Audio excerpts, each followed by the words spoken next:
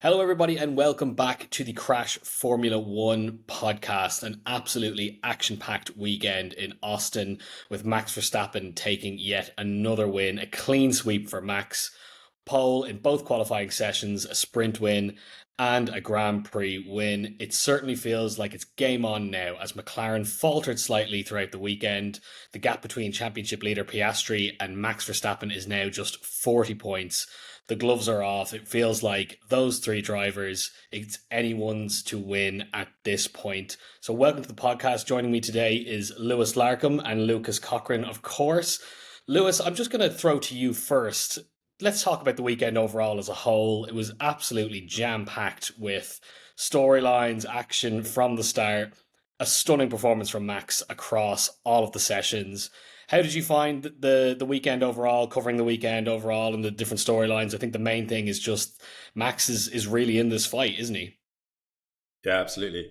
Yeah, plenty going on over the weekend. One of those where, again, sometimes we see this with the sprint race format, that the sort of sprint race was almost more entertaining than the Grand Prix itself, or at least there was certainly more chaos and drama in the sprint race.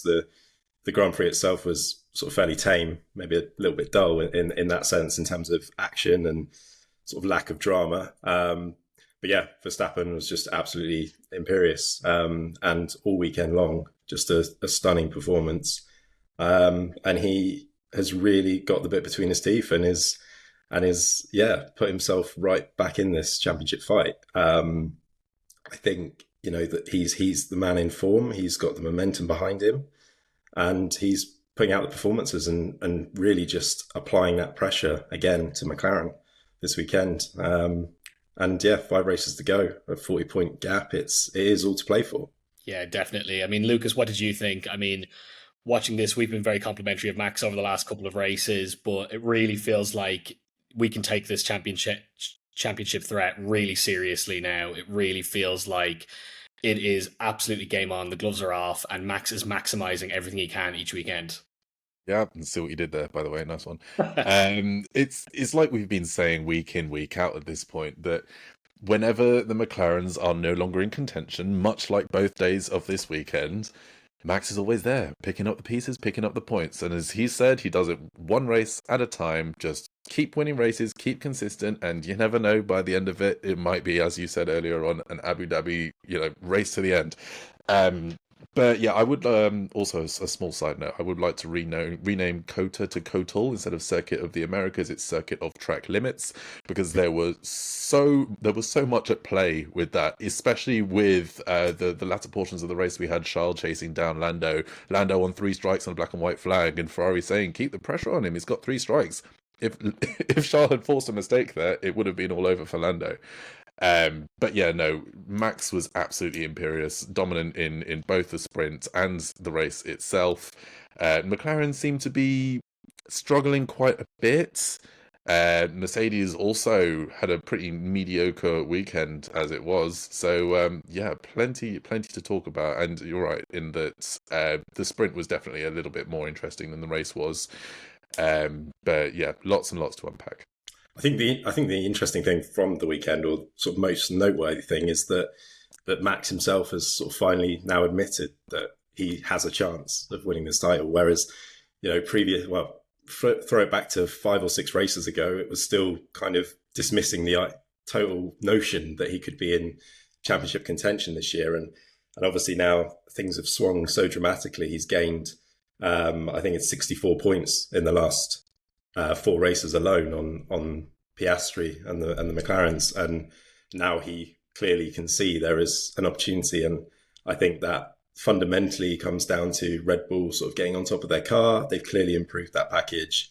The setup has given Verstappen confidence, and when he has a car that, even if it's not the outright fastest package, if he is confident and able to get what he wants from it, he will deliver these kind of performances, and that's exactly what we're now seeing. So yeah, the fact that he is kind of now openly admitting that he sees himself, he can see this opportunity, and I would not put it past him to go on and win this title. To be honest, I now would I'd be sort of tempted to say that I see him as the favourite actually, which might sound crazy given that it's still, a 40-point gap, but just based on these last sort of 4 races, we've seen how the momentum has shifted, and momentum in sport is such a huge thing, and Verstappen is just delivering consistently each weekend, session by session.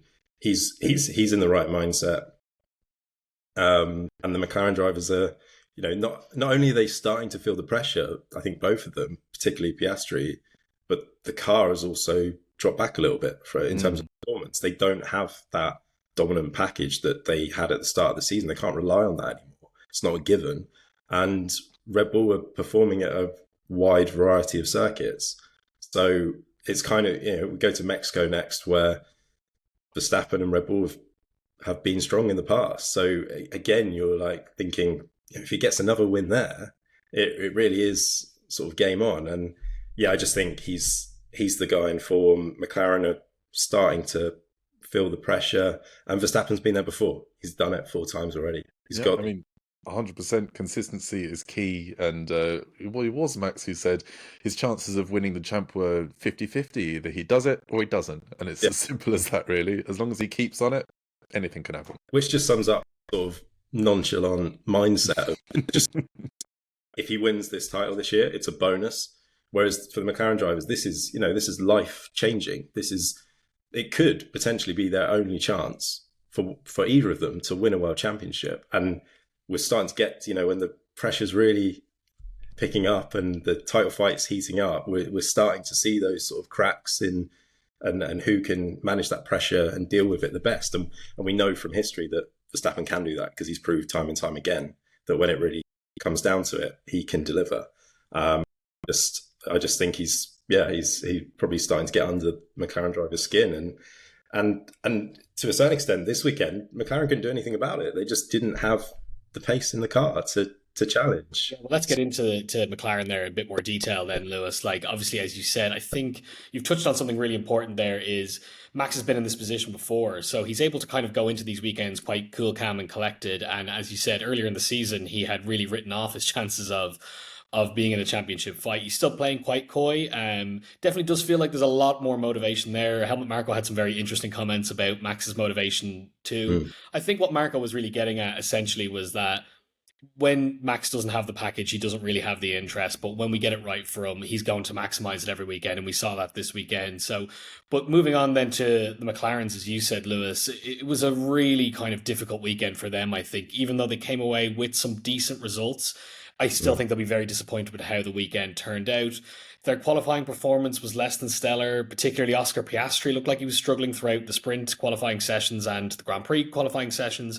Of course, they had that disastrous collision in the sprint, walking away with 0 points from that race. Now, I think McLaren were quite relieved that you couldn't really pin the blame on either of the McLaren drivers. Obviously, Nico Hülkenberg went into that corner a bit too deep and it was absolutely chaotic. We had a lot of DNFs throughout the sprint. They were lucky enough that it kind of wasn't able to just pin it on one of the drivers. But then when it came to the Grand Prix, I mean, Lando missing out on pole again. Oscar was nowhere near the pace either as well. I mean, are the cracks starting to show? I mean, I think we've been quite critical of Lando's position throughout the course of the season, but is the pressure getting to Oscar now as well and getting to the wider team? Yeah, I think it is. I think just firstly, I think McLaren will be pretty relieved that crash happened in the sprint rather than the Grand Prix, because coming away from the weekend, yes, they've obviously lost a huge amount of points to Verstappen as a whole, but had that been in the Grand Prix, they would have lost a huge amount of ground, whereas in the end they only lost 8 points as it were to Verstappen there. But I do think the wheels are sort of starting to come off a little bit at McLaren. I do think there'll be some sort of the alarm bells will be going off, because it's not the first weekend now that they've struggled for pace in the car. They've not won a Grand Prix since the Dutch Grand Prix at Zandvoort. And for the last few races, they've genuinely been sort of behind Verstappen. And more concerningly, in this Grand Prix, obviously, Norris has lost second place to Charles at the start. And I think maybe things would have been different had he been able to be in second place, and maybe he'd have been able to give Verstappen a bit more of a fight. But fundamentally, the McLaren were fighting with Ferrari and almost Mercedes rather than Red Bull, and that will be a concern for them. on Piastri, I do think, yeah, we are definitely seeing those sort of cracks emerging, because he's had, you know, three pretty, out of sorts weekends now, and this was another one where no big mistakes or anything this weekend, nothing like Azerbaijan where he had an absolute disastrous weekend, but for the third, fourth race running now, he's been behind Norris, like on genuine pace, and he has struggled in qualifying. The McLaren was a handful to drive. Norris said himself, he described it as impossible to drive, which seems a bit of a stretch given that he managed to put it P2 on the grid, but he was still, 2-3 tenths behind Verstappen. It was a pretty commanding pole lap from Max, and he only needed one lap to do it in the end. And Piastri was half a second back in sixth, was it, in quali? Yeah. Yeah. So he was just off the pace all weekend compared to Norris, and I do think we're starting to see that pressure, which previously we'd never seen from Piastri. We'd seen he'd been cool, calm, and collected sort of all the way through the season. It looked for a large part of the season that it was Norris that was the one sort of cracking or bottling it under those high pressure moments, and now it's kind of gone the other way. And like I said, Piastri's not made any fundamental key errors this weekend, but he's just struggling for pace. And it was an out of sorts weekend, and it does sort of feel like he's tightening up a little bit. It's getting to that moment now, isn't it, where he's had the lead for such a long time, and for the last 3-4 weekends, he's seeing that just slowly whittled down. Now it's 14 points to Norris. He doesn't have the momentum on his side. He clearly doesn't have the confidence as he did in the car. And it's just one of those things where everything sort of is seemingly going against him at the moment. And that's quite difficult to turn that around back into your favour. And he really needs to somehow bounce back in Mexico and just sort of stop that run of losing ground to both Piastri and Max. He somehow needs to get back ahead of both of them and just sort of stem that run and finally sort of extending his lead again, rather than just seeing it whittling down. Because the way it's going, a few more races and he won't be leading this World Championship anymore. Yeah, he's on the defensive, isn't he? I mean, Lucas, we've been kind of said in the past that Oscar's trademark thing is his cool, calm, collected persona. Did you get that impression from Piastri at the end of this race? I mean, in the post-race interview, he was quite interestingly pushed on, is it time for the team to just make a decision and go with one driver? I think he's even divided with that decision himself, because he understands that, is it fair to say we need to just go with one driver at this point in the season? The gap isn't that big to him and Norris, but there's so many factors that come into this decision. And I think more recently we've seen how much teams need to maximize qualifying to get the results in the end. We've even seen it down to the point where teams are trying to get it down to an exact science as to when they actually send the drivers out to run their qualifying laps. And I mean, those things can work into how they decide how they do run plans with Norris and Piastri. Piastri seems still kind of a little bit divided on that, but he does seem a little bit out of sorts, I think. Do you get that impression as well, Lucas? Or Yeah, no, he's absolutely starting to lose a little bit of that cool-headedness we've seen up until this point in the season. A lot of the McLaren priority problem hasn't even necessarily extended to how they prioritize drivers before they even start the race. It's oftentimes within the race itself that they can't quite decide who to give the advantage, regardless of on-track pace or on-track advantage or position or even championship position. So to tell them to decide on a driver before the race has even started seems like a bit of a stretch when they can't quite get there within the race itself. But beyond that, yeah, it's I get the impression somewhat that Oscar may have been resting on his laurels a little bit. Now, not necessarily in being complacent with his position in the championships, but wanting to be a little bit more careful to protect that lead rather than try and extend it. And we see this manifest itself through both McLaren drivers during the race itself, especially considering this weekend when they both lost out on point scoring opportunities in the sprint race. When it came to the Grand Prix itself, there was a bit of an impression they were just trying to get the result, which to a certain extent has its place, but I don't necessarily think this was the place for it. We especially saw it in Lando's first battle with Charles. I think that he was taken in turn one and then didn't really make a difference until lap 21, by which point Max was already 11 seconds in the lead. And after Lando did take that position, what happened two laps later? Leclerc pitted, and it was like, great, that was pointless then. So there's only a certain point that actually matters. And after Lando had pitted, and it was Leclerc in front of Hamilton, we saw Lewis get his elbows out instantly. He was right up Charles' wazoo, so to speak, and was immediately aggressive. Whereas we didn't quite see the same level of aggression from Lando, or indeed Oscar a few places back.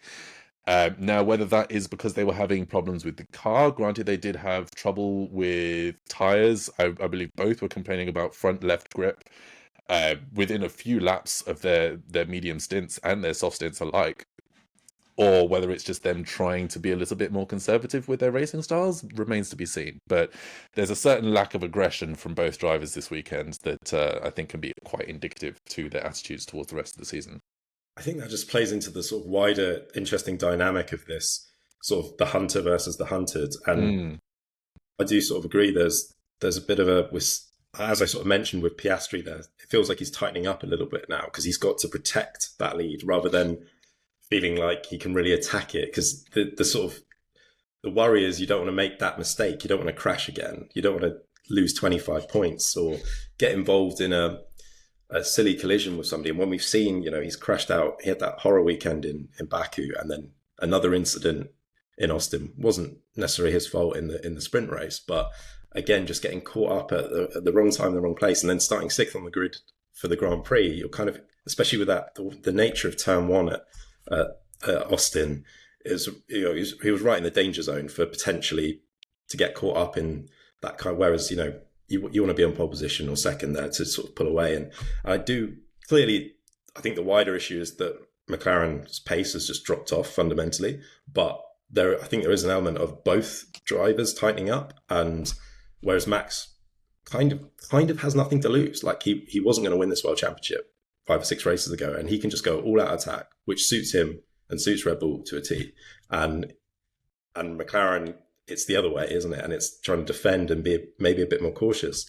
But I think sort of on another wider point, this also just makes it an incredibly awkward situation for McLaren now, because they've kind of got not the wrong driver, but Norris is the guy currently who's got the momentum behind him and is probably looking the more likely out of the two McLaren drivers based on the last 4 or 5 race weekends to kind of go on and win this title. But Piastri's the guy who's got the points advantage. And we start talking about the potential of McLaren maybe needing to back one driver over the other, which I think we're going to get down to that point pretty soon where if they really do want to make sure they win this title, they will have to put their money behind one driver and start playing that sort of team game. I'm not convinced they're going to be ahead of Max to be able to sort of do that and use a second driver to protect and buffer against Max, because I think at the moment Verstappen's got the advantage in terms of competitiveness and the Red Bull package at the moment. But it puts McLaren in a really awkward spot, particularly when we've seen the kind of the precedents that they've set in the last few, all season long in trying to maintain this fair, equal battle where they can just let the drivers race it out between themselves. And that was fine when McLaren were finishing 1-2 every weekend. And they had that, they had the buffer and the ability to swap their drivers around after one had suffered a slow pit stop because they didn't have a rival in between them. They're not in that luxury position anymore, but because they've already kind of set their stall out and made those kind of, they've tried to sort of micromanage this championship fight all the way through the year, they've kind of shot themselves in the foot a little bit, because now it just, every element of a race, of qualifying order, all those kind of elements are now being scrutinized, every single detail, and it's just kind of left them sort of almost tripping up over themselves. I don't think they're actually going to have that luxury position now where they can kind of decide that. But it's Norris who has got momentum behind him, but he's closer to Max. He's the driver not with that big points advantage. It's Piastri's got the 40 points gap to Verstappen, but how do McLaren at the moment? They can't really say, right, we're backing Piastri because Norris is ahead of him at the moment. Norris is, and there's a few cars between them, as in we saw yesterday. They're not, it's not like they can just swap the positions around, and Piastri's not there on pure performance at the moment. So it does kind of leave them in a really difficult position in terms of how do they manage that dynamic and try to get this title over the line. Meanwhile, Max is just picking up maximum points every weekend. I'd also wonder about the wider psychology with that team as well. I mean, if they lose out the driver's title to Max, it would be humiliating considering they had started the season so strong and they clearly were the dominant package throughout much of the first half of the season. Now, if that was to falter, the knock-on effect I think that would have with the wider McLaren organization if they missed out on the driver's title because they couldn't maximize and make a decision and just cover off the two titles, I think would be really bad for that organization and could set them off on a really, really poor path heading into 26 as well. I think there's a huge risk there if they lose out to Max in the last couple of races. It's great for us as viewers. I mean, 5 races, 2 sprints to go. I mean, ultimately, we want this decided on the last lap in Abu Dhabi between 3 drivers. That would be fantastic to watch. But as a wider organization for McLaren, they've been commended for how much they've pulled that team out from such a dark position and become this titan of the sport in the last 2 years. But losing out on the driver's title would be just humiliating. And I think they should. Sorry, I think they should be commended. And fundamentally, the way that they've handled this in terms of allowing the drivers to race is great. That's what we want. We don't want to see the championship determined by team orders and all of this kind of thing. We want to see a flat-out race between the two drivers. And from that side, I think we should applaud how McLaren have handled this. It's just that we've got this Verstappen factor that nobody really saw coming that has now played into it, and it makes things more difficult. But it's sort of starting to feel a bit like 2007 all over again. And we saw what happened there, where we had this fierce inter-team battle between Lewis Hamilton and Fernando Alonso all through the season. It looked sort of guaranteed that one of the McLarens was going to win that fight, and Kimi Räikkönen comes out of nowhere and wins the title, takes it from under their noses at the last race. And it really would not surprise me if we sort of see that kind of repeating itself in this year. I mean, the quandary is only intensified by the time pressure as well. It's like, as you say, with 5 races, 2 sprints to go, they've got really limited time to make this decision between the two drivers, and every week that they don't, Max is just going to get closer and closer and closer, and it gets to the point wherein, if they haven't made this decision, and even if they do choose Lando, he's got to catch up to and then overtake Oscar, by which point, between the squabbling, Max could have buggered off into the middle distance, and then that would have been it. So, it's going to be tricky. I don't think they can make their decision now at this moment, because when Piastri's the decision becomes a lot easier if Piastri is ahead of Norris and beating him fair and square, because then they can kind of say, okay, look, we're going to back Piastri. He's the guy who's performing better. He's ahead. He's got the momentum. He's got the points gap. That's how we can do this. But when he's 2-3 places behind Lando, there's just, you can't control that. It has kind of gone beyond McLaren's control now. They are going to have to a certain extent, just see how it plays out.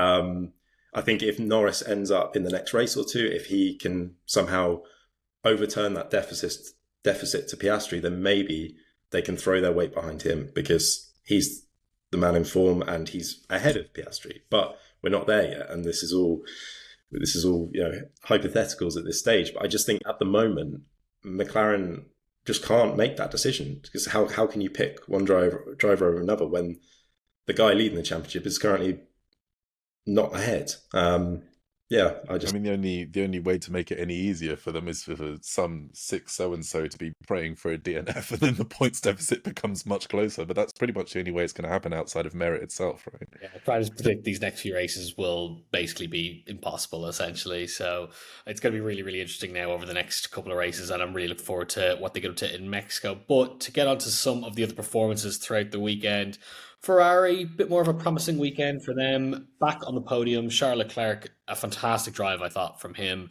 really looked sharp throughout the weekend, and I mean, incredible defensive moves against Norris throughout the entirety of the Grand Prix. Eventually, lost position to Norris, but I mean, he really held up Norris and let Max just run away. I think Max owes him a beer for allowing him to just scamper off into the distance. But I mean, it was just a really good run of form for Charles. It was great to see Ferrari back up where I think they should be, considering that their package has improved over the last few races. It felt like they were able to extract a bit of pace from that.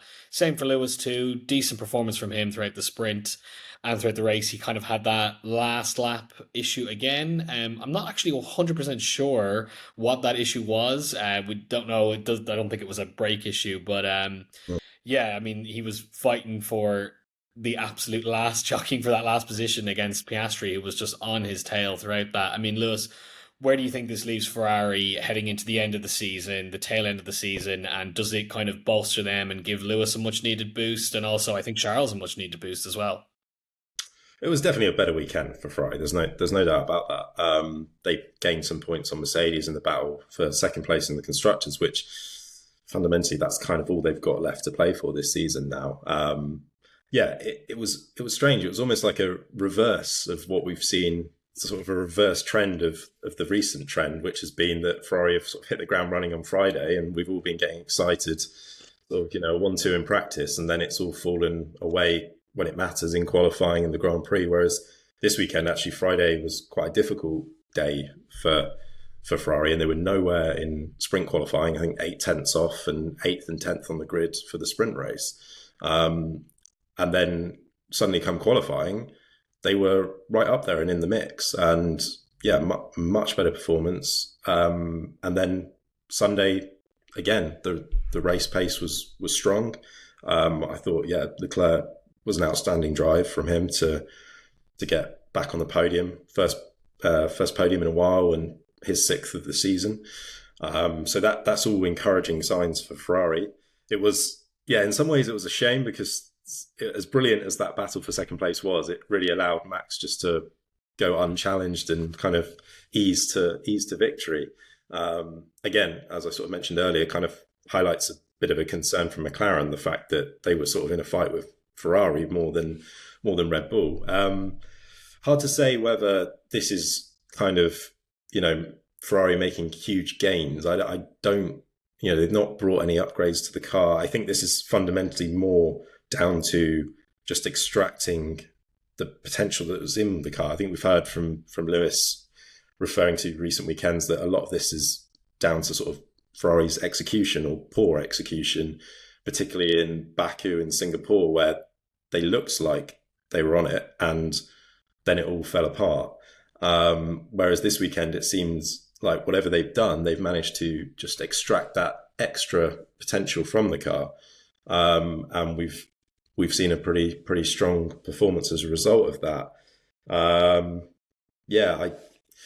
Hard to see where it's still all a bit kind of, there's not much left to play for Ferrari this season. It's just been such a disappointing, pretty dreadful campaign for them. The fact that I'm struggling to see where they're going to get that win to not go all season winless. Just they don't seem to have the inherent performance in the car. And even, we're saying this was a much better race weekend for Ferrari, but they're finishing 3rd and 4th. This, that's not good enough for Ferrari. Fundamentally, that's not what they're here to achieve. That's not the aims. And the end of last season, they finished, the year with the 2nd quickest car, and all the hype over all the talk. I know there's always hype every year going into the season about Ferrari, but it was all about, Ferrari could beat McLaren's challengers, and it's just been a really underwhelming season. So I don't think it's encouraging. I don't think it's anything to get too excited about. I think they have to remain grounded in that sense. But yeah, certainly an encouraging weekend, and particularly for Hamilton, like a real step forward. To be fair, since the summer break, there has been real progress there with Lewis, and he seems more confident. He seems happier, in a happier place with the car. The results maybe haven't always sort of reflected that, but he was right up there again. We don't know what the issue was on the last lap. He reported that he had a puncture, but Ferrari came back and seemed to think that all the data was fine and they didn't see anything untoward there. So that sort of remains a bit of a mystery. We'll maybe get a bit more information on that heading into next weekend in terms of what exactly happened there. Odd that for the second weekend running, Hamilton's had a problem with his car, sort of nursing his Ferrari home on the last lap of the race. Yeah, a much better weekend for him, and I think interesting and positive that he sort of said after the race that he kind of finally feels like he's got on top of the Ferrari now, which I think is probably the biggest thing to take away from the weekend from Hamilton's side. They might be fighting to get the final spot on the podium for the rest of the year rather than wins, but I think if much of the story this year has been about Hamilton's struggles and how he's had a torrid season and his adaptation has not gone well. We're finally starting to see things turn around there and turn a corner, and I think that's probably the biggest takeaway, certainly from Lewis's side at Ferrari now. I think Fred Vasseur said after the race that Hamilton's back. So yeah, I mean, quite a bold statement, I think, when the end result is only fourth, but yeah, there are positive signs there. I think the bigger thing here for Ferrari this season's done. The best they can get is second place in the championship, third place in the championship. I mean, it's not really what they're here for. Like I said, I think the focus has to switch to 2026. I think the main thing is if Hamilton can get comfortable in the car and sort of regain that confidence and form heading into next season, if Ferrari can get into a better place to hopefully be back in the championship fight with Red Bull, McLaren, whoever else. I think it's been really hard to gauge as well how well the drivers are actually doing this season because that car seems so out of place so many weekends. And as you said, Lewis Hamilton's struggles throughout the season have been watched under a microscope essentially, and it does feel like he is definitely on a more positive trajectory. But Charles has also had his struggles throughout the season, and I think it's actually been really hard to get a radar on how he's been performing as well. And I actually think he's had quite a decent season, and I still think he's driving at a very high level. I think This weekend really showed that too. But I guess that's the biggest frustration. Lucas, something I want to touch on with Ferrari is there was a lot of chatter about, Fred Vasseur and his position in there. I think that's been basically all put down to just rumours and chatter. And John Elkann, actually, the chairman of Ferrari, came out and gave his full backing to Vasseur, and also so did Hamilton. There was some kind of unfounded rumours that Christian Horner was linked to the team, and, Hamilton rubbished those too. But, I mean, what do you think them giving Vasseur the backing heading into the next, few years probably with Ferrari? They're saying this now, although we know things can change. But I mean, is this the sort of thing where you think that they can recover from next year, or is this the right move to just have a bit of stability for now and then see what next year looks like?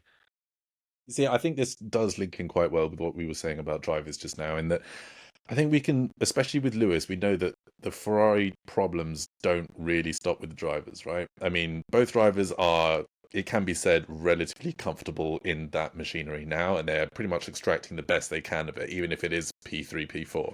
Fine. As for a lot of the rumours surrounding Fred Vasseur, we're not quite on first name basis, I think it's very easy to forget what the state of Ferrari was like before he joined on. It was to the point where they couldn't even get a pit stop right. And he came in, we even had it this weekend where the commentators thankfully reminded us of the pit stop championship, which I frankly forgot was even a thing. But apparently they're quite far up there now, which, great, pit stops are on track. But yeah, a lot of the inner workings of the team have been refined and improved quite a long way since Vasseur's involvement with the team, and it's quite easy to forget that and take these things for granted. I feel like a lot of these rumours have, as you said, stemmed from the fact that Christian Horner is now a free agent. Whether or not he will be involved with the sport in any term of thinking, I'm not entirely sure, and none of us can really say. Nobody can really say. But I think it's a little bit unfair that all of these rumours have fallen at Fred Vasseur's feet, because he's done what by most accounts is a great job with a team that has been on the back foot for the best part of 20 years now. And yeah, I don't think it's entirely fair to make such assumptions as to the closing of his tenure. Um, but no, I think it is good that he has received the public backing that he has, both for his own confidence and for the greater image of the team. We don't need any more switching. We don't need any more instability. We just need them to keep making the marginal gains that we've seen over the last few years. No, it's not where, you know, the diehard Ferrari fans want to be in seeing wins and seeing great results, but they are improvements, and that's something that we can't necessarily take away from them, especially at this point in the season. But yeah, I think there's still plenty of time for Fred Vasseur at Ferrari, and I frankly look forward to seeing what he can do next, especially with the new regulations coming into play next year. I think this season has kind of blurred the lines of the real progress that Ferrari have actually made. I think you make a good point, Luke, that yeah, in the last couple of years, Fred's come in and he's sort of steadied the ship, and there have been improvements, and operationally, strategically, Mm. things like the pit stops. We're not seeing, Ferrari have been right up there with pit stops this season. They've had some of the fastest pit stops. It's all been, kind of overshadowed by the fact that the end result has been pretty underwhelming or terrible most weekends. But, there are signs that under Vasseur's leadership, the team have taken steps forward over the last couple of years. And, we have to consider the season. Obviously, we can't just discard it completely. But, up until this season, there was an upward trajectory there. And like I said, last season, they they almost won the Constructors' Championship. Let's not forget that. They were 14 points off winning that, ending that title drought. And suddenly the whole dynamic of how we talk about Ferrari would have changed had they done that. They ended the season with the second quickest car and looked like they would go into this year as sort of McLaren's biggest challengers potentially. But it's all sort of, obviously it's all gone wrong this season. But I still think when you sort of take a step back and look at the wider picture from where Ferrari were 4 or 5 years ago, clearly things have improved. And I think, Fred has definitely had an input in that. He's also been able to bring in Lewis Hamilton as well. And Hamilton said himself that Fred was a huge part of him joining Ferrari.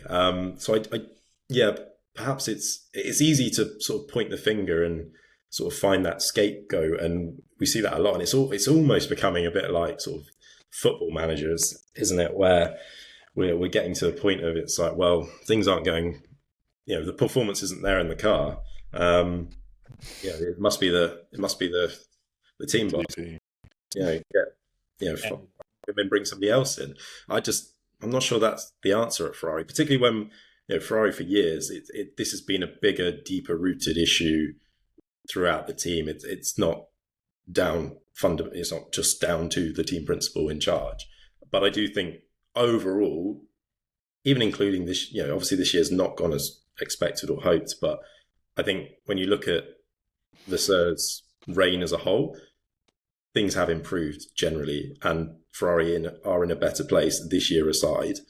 Obviously, the big test for him, I think, questions will be asked again. The pressure is always going to be there. I think Fred has said this several times that he knew taking this job, he's probably the most, the team principal in the most spotlight because of Ferrari's recent history, because of the expectation that we have, and being the most successful team in F1, all of that, the pressure and the expectation, the scrutiny, the spotlight is always going to be shining hardest on the Ferrari team boss. But I do think next year is the big one. I think if Ferrari don't get the regulations right and are nowhere again, then I think we'll start seeing those question marks arising. But I think fundamentally, that Ferrari have already made the statement saying that, they gave Fred a new deal in, only a few months ago, a multi-year contract extension.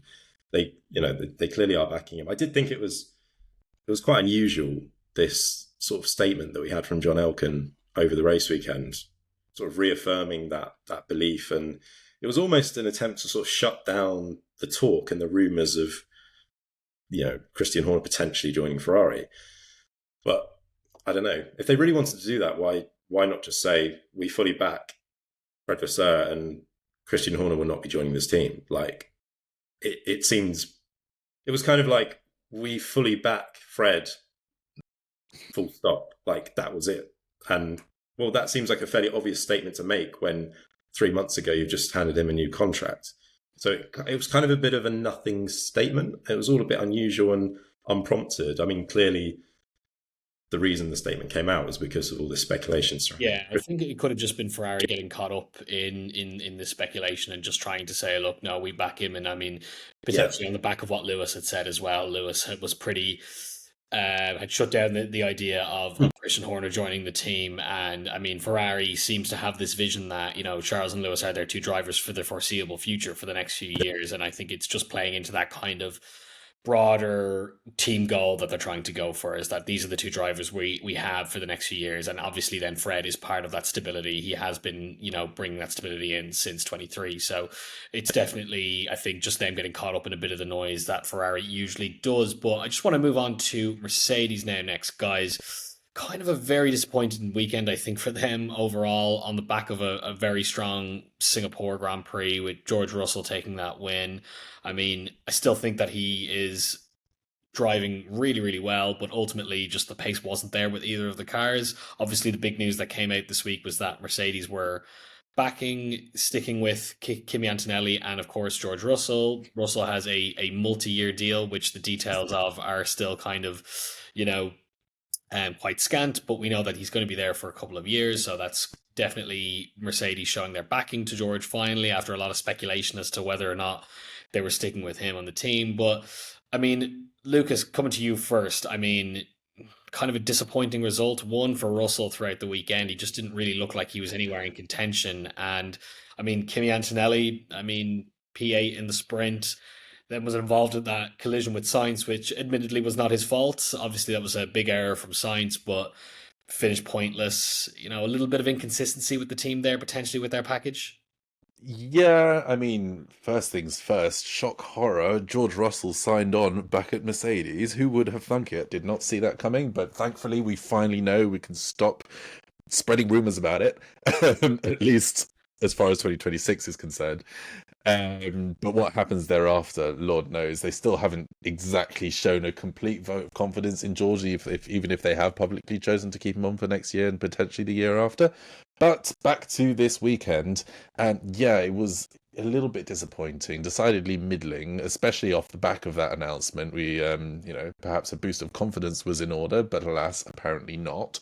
Yeah, the issue with Carlos and Andrea Kimi Antonelli wasn't quite Kimi's fault. There could have been a little bit more foresight, but then again, these things are pretty tough to predict, especially at COTA. And no, it wasn't his fault, but at least he was still able to carry on further into the race, whereas Carlos was decidedly less lucky. But yeah, they weren't really anywhere as far as actual competition goes during this weekend, which is a real crying shame, especially when we've got George coming off the back of a win in Singapore, which was pretty phenomenal on his part. It's just a bit of a shame, really. I wish we could really say more about it, but there weren't really that many battles on their part either. They were sort of trying to keep up with the Ferraris at one point. Perhaps George was trying to challenge Oscar at one point, but even still, it seemed like it was on for a minute, and then the next it wasn't. He just wasn't really able to keep pace with the Maccas Yeah, either. So Lewis, I mean, I want to get your opinion on this as well. I mean, one, overall, what have you thought of Mercedes' kind of performance throughout the season? They've kind of had these weird swings, I think, where I think that's probably been a bit of a hallmark of that team throughout this regulation cycle, where they do have some moments of brilliance and have shown some really good pace, and they can win Grand Prix. George Russell in particular, I think this year has been obviously the standout. Kimi, I mean, this was not the weekend that he wanted. There's been a lot of kind of eyes on him and his performance, and we touched on recently that he has improved recently, but it's a bit of a disastrous weekend for him overall. I mean, what do you think of Mercedes' performance this weekend, kind of put against their performance throughout the rest of the season? yeah, they were brought back down to earth, weren't they? Really, after that brilliant result in Singapore that they didn't really see coming, and Russell admit that himself. I think he said that if they were going to pick, the races that they would potentially win at, Singapore would probably be bottom of that list. And I think that really just sort of sums up that Mercedes they don't know what's going on in weekend out. And like you say, it has been a story of this whole regulation cycle, really, that particularly the last couple of years where we've seen these dramatic swings of performance where one weekend they can be right up there, they can be challenging for wins, for podiums. The next they can be pretty anonymous and just running around in fifth and sixth, which was kind of what we saw in Austin again. I think fundamentally it's a disappointing weekend for Mercedes. They've lost ground on holding. They still hold second place in the championship, but they've lost some points to Ferrari. But more, the other one to kind of keep a bigger eye on is Red Bull with their sort of resurgence of late. They are really catching. I would not be surprised if we see Red Bull leapfrogging both Ferrari and Mercedes the way things are going at the moment and claiming that second place in the championship. Disappointing weekend for Mercedes and kind of just back to what we've seen from them in recent times. And it's been a bit of a story of their season and of recent seasons. And I think they just can't wait to kind of like scrap this regulation era, just throw these cars in the bin and start again next year, because throughout the sort of ground effect turbo, the ground effect era we've seen these last 3 years now, Mercedes have spent most of it scratching their heads and just don't have an answer for why the car's not performing. They had these massive peaks, but they're so sporadic that there's no consistency there. Anytime they look like they may have got on top of things, it kind of all falls away again. And I think that's really just been a story of this kind of era of regulation cycle. They just can't quite work it out. And now, we've got to a point where they're not really going to try and work it out, because no one is, because we are about to start, afresh again, and new regulation next season. It's a blank page for everyone. And I think Mercedes have really been just waiting for that for most of this year, like a few teams would have been. But yeah, it's just been such an consistent inconsistency from Mercedes for the last. You're absolutely right with Mercedes throughout this entire era of regulations. I mean, they started back in 22 with arguably the worst of the top 5 teams in terms of cars go. They had the worst porpoising anyone had ever seen, and it just stuck with them for almost the entire year until they managed to ditch that strange concept. And even still, they for a team that was so incredibly dominant in the 2016 turbo hybrid era of rules, or rather 2014, they've been absolutely nowhere when it comes to the ground effect era. And it's strange to see how these eras of dominance come and go. I mean, we had it with Red Bull, we had it with Mercedes for what was arguably the longest stretch of wins anyone had ever seen. I mean, it's pretty much, a lot of people will say it's the reason that Lewis has been as good as he has been, but that is all by the by. It's just that all of a sudden, since 22, they've been absolutely nowhere, and they haven't really been able to pick up the pieces. And yeah, as you say, they will be praying for the next era of rules to come along as soon as possible. Yeah. And it's all to play for on that front. I think things have got better since 2022. They've got better, but it's still still good. No, level that they would expect to be. And I think they spent most of the last 3 years hugely frustrated and racking their brains at trying to figure out the key to these cars, and they haven't got there. Yeah, so I think I have to respect Mercedes in a way as well, that you can tell that they're fed up. You can tell that they are tired of trying to extract performance week in, week out from these cars, but that doesn't mean they're still not trying to fight for wins when they get them as well.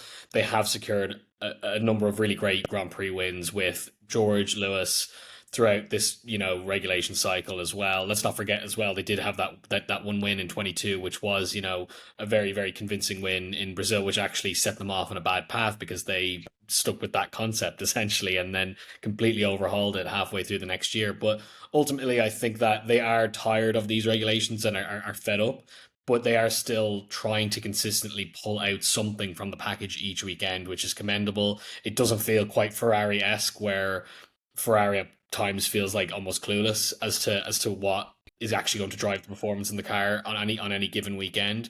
It does feel a little bit more measured. And I think actually last year as well, Ferrari looked like the better outfit, but I think this year Mercedes were probably more consistent throughout the majority of this season. And then last season, when Mercedes were able to fight for those wins, they were there when they needed to be. They may not have had as fast a car as Ferrari did towards the end of the last season, but there was definitely a bit of consistency there with Mercedes and their kind of designs and their upgrades and things like that as well. So yeah, I think 26 and onwards, that's the key for Mercedes going on from here.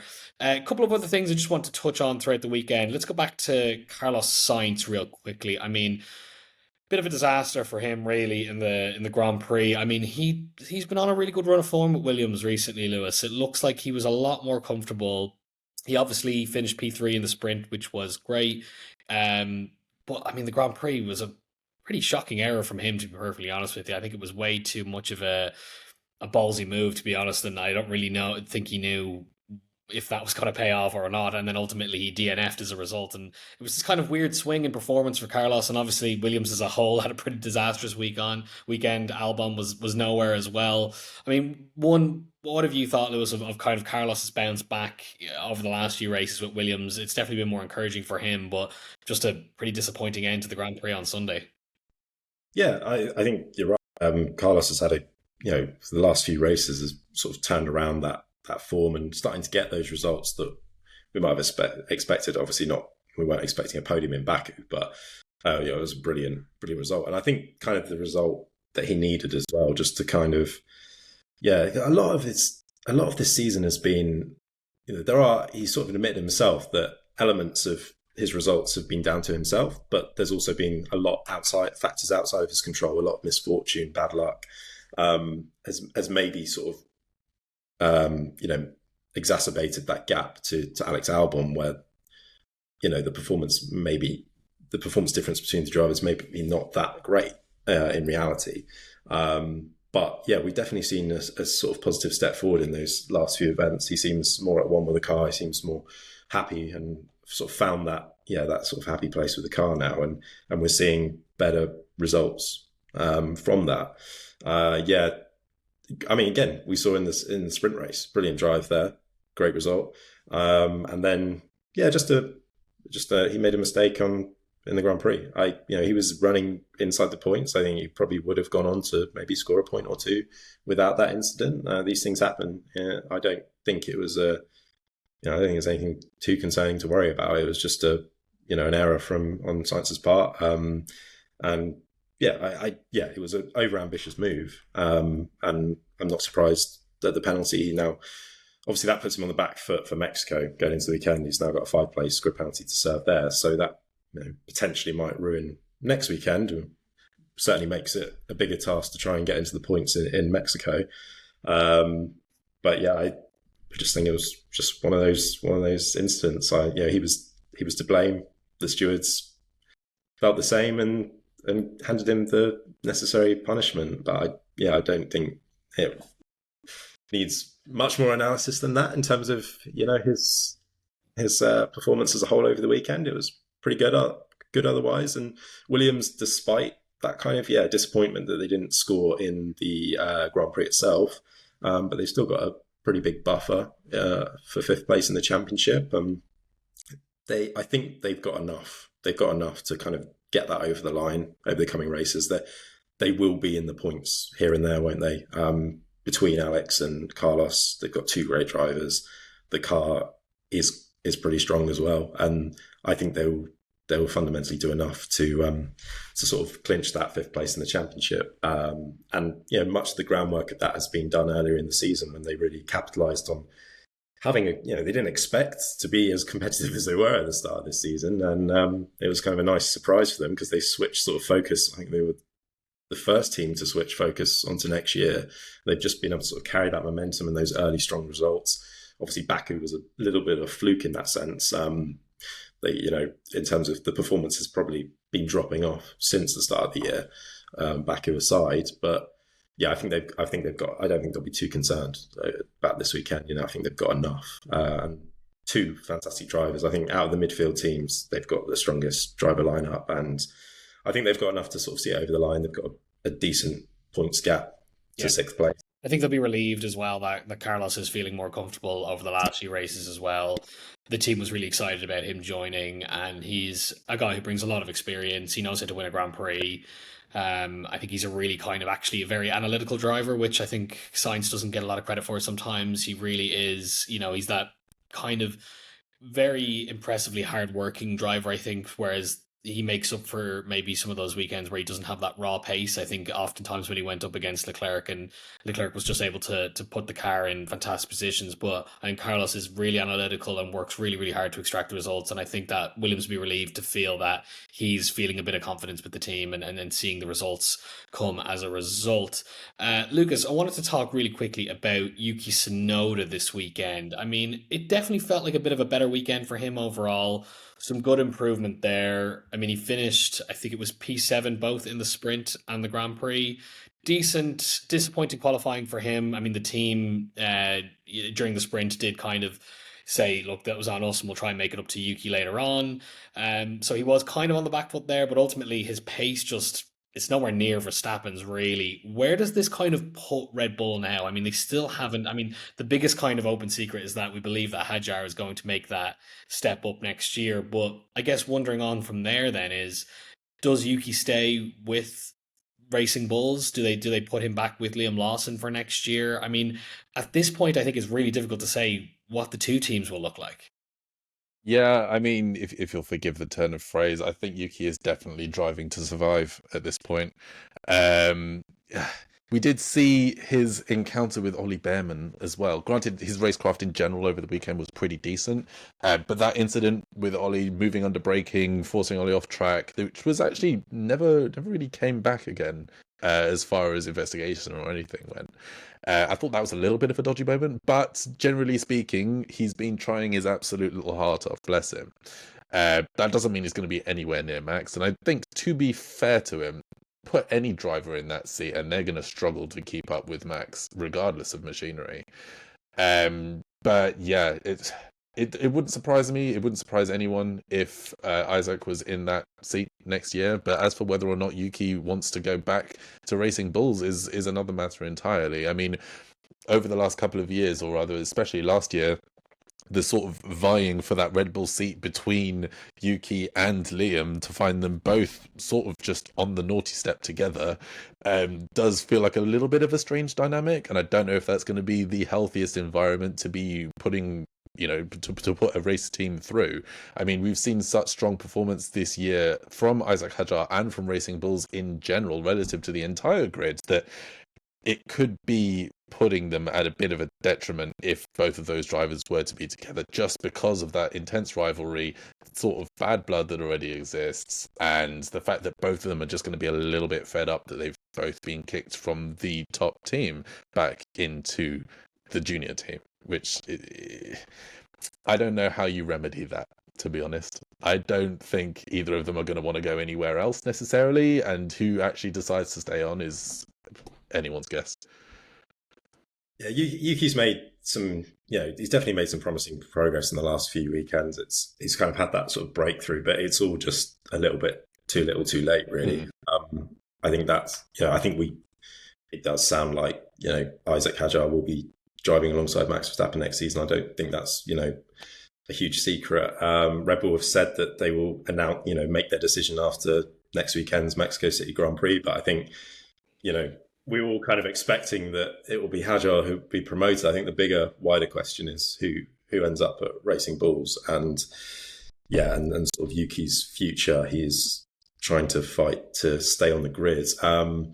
It depends on talk of Red Bull promoting Arvid Lindblad from F2 to one of the Racing Bulls seats, which I think would make a lot of sense. At the end of the day, that's the whole kind of point of the Racing Bulls team, Red Bull's sister outfit, is to nurture and bring through the next line of young drivers from Red Bull's junior program. Having Liam Lawson and Yuki Tsunoda there, it's kind of defeating that purpose a little bit. In terms of, we both know that Lawson and Yuki have had their chance at Red Bull and seemingly failed on both accounts. So yes, that would give Racing Bulls stability and a really good driver lineup, but it's not helping Red Bull in the long term. I think we will see Isaac Hadjar alongside Max Verstappen. And then at Racing Bulls, I would not be surprised to see Arvid Lindblad get one of the seats. And then I think fundamentally it will be a choice between either Yuki Tsunoda or Liam Lawson. And if you were to ask me who I'd say right now, I would say Lawson will probably keep that seat. The other sort of aspect to consider in all of this is that Yuki is a Honda-backed driver, and his contract was up with Red Bull anyway at the end of the season. Honda are obviously moving away from Red Bull because Red Bull are creating their own power units for next season, and in partnership with Ford. So they are losing Honda. Honda are going to Aston Martin. So if Honda really are Yuki's biggest backers, as we believe to be the case, I think Christian Horner even sort of indicated it over the winter that Yuki's kind of been the bridesmaid for too long, and fundamentally there has to be a decision made at the end of this year whether he sort of continues in that role or has to explore other options. And I think, I just don't see the benefit for Tsunoda's own career. I don't see the benefit of him going back to Racing Bulls, because you're just then stuck there forever fundamentally, because he surely won't get that chance back at Red Bull. We don't see that, where they bring drivers back into the fold who have had the opportunity and failed first time rounds. They don't bring them back in. So I think for Yuki, it would be better for him to look elsewhere.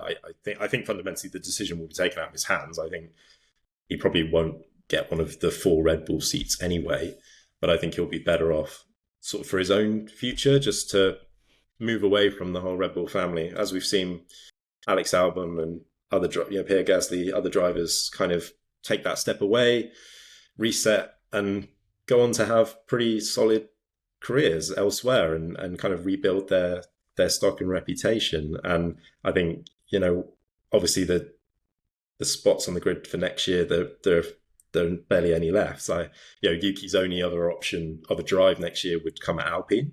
That could be an interesting option potentially.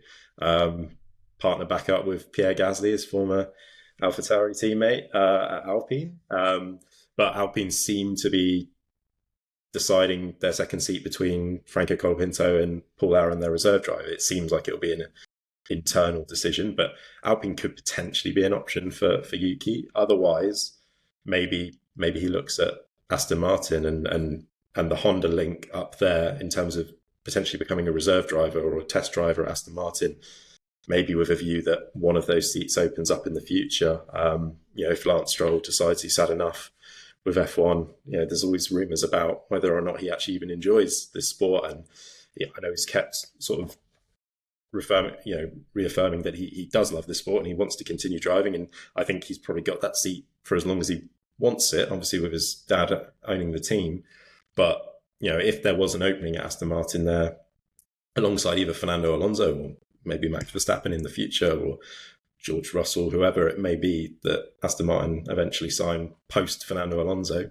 I mean, maybe it will even be Yuki Tsunoda himself, but I wonder if that could potentially be an option for Yuki, just to kind of break away from, I think he needs a reset. I think he needs to just break away from the Red Bull family and start afresh somewhere else if he wants to secure his long-term F1 future. Yeah. Does feel a little bit like the writing is on the wall for Yuki's position on the grid next year. That being said, as you say, Lewis, we've seen time and time again that there is ways back into the grid, and I think it wouldn't actually be a bad thing for him to step away from Formula One for a year and try to secure a reserve driver position with another team for a year and get out of that Red Bull family potentially. There's still no guarantee. It's always going to be a risk. There's never a guarantee you can get back onto the grid. But also we've got a Cadillac team now joining next year with 2 older drivers that have kind of come in.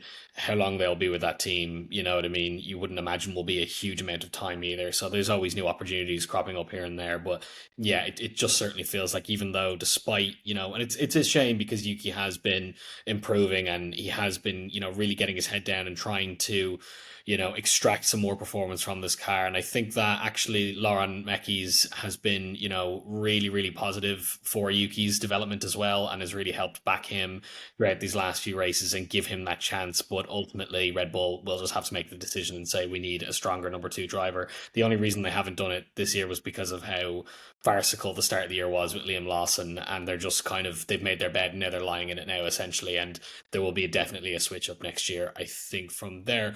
Well, we'll leave it there for now. Loads and loads obviously came from the Austin GP. We're back again next week with the Mexican Grand Prix, and hopefully there will be plenty of action to talk about as well there. Obviously the championship is heating up now more than ever between our top 3 drivers, so loads to look out for there. In the meantime, make sure you head over to crash.net for all the latest Formula One news and analysis, and make sure you subscribe to the YouTube channel to follow along with the podcast and other video. Until then, thanks for listening.